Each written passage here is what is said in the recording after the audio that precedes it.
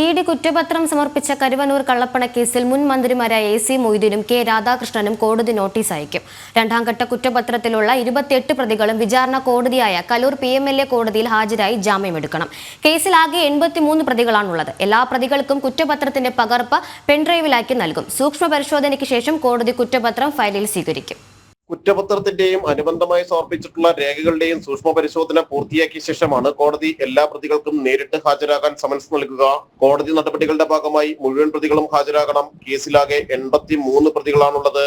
ആദ്യഘട്ട കുറ്റപത്രത്തിൽ സ്ഥാപനങ്ങളടക്കം 55 പ്രതികൾ നേരത്തെ കോടതിയിൽ ഹാജരായി ജാമ്യമെടുത്തിരുന്നു. രണ്ടാം ഘട്ട കുറ്റപത്രത്തിലെ 28 പ്രതികൾ നേരിട്ട് ഹാജരായി ജാമ്യമെടുക്കണം. രണ്ടാം ഘട്ടത്തിലെ പ്രതികൾക്ക് 25,000 പേജ് വരുന്ന ആദ്യഘട്ട കുറ്റപത്രത്തിന്റെ കോപ്പി കൂടി നൽകും. 5,000 പേജുള്ള രണ്ടാം ഘട്ട കുറ്റപത്രത്തിന്റെ കോപ്പികൾ ആദ്യ കുറ്റപത്രത്തിലെ പ്രതികൾക്കും നൽകും. മുൻ മന്ത്രിമാരും മുൻ CPM തൃശൂർ ജില്ലാ സെക്രട്ടറിമാരുമായ A C. Moideen, K. Radhakrishnan MP, മുൻ ജില്ലാ സെക്രട്ടറി MM വർഗീസ് എന്നിവരും രണ്ടാം ഘട്ട കുറ്റപത്രത്തിലെ മുഴുവൻ പ്രതികൾക്കുമാണ് വിചാരണ കോടതി വൈകാതെ നേരിട്ട് ഹാജരാകാൻ സമൻസ് നൽകുക. കുറ്റപത്രത്തിന്റെ പകർപ്പ് എല്ലാ പ്രതികൾക്കും പെൻഡ്രൈവിൽ നൽകും. ഡിജിറ്റലായി കുറ്റപത്രം നൽകാനുള്ള അനുമതി കോടതി നേരത്തെ നൽകിയിരുന്നു. ജനം, കൊച്ചി.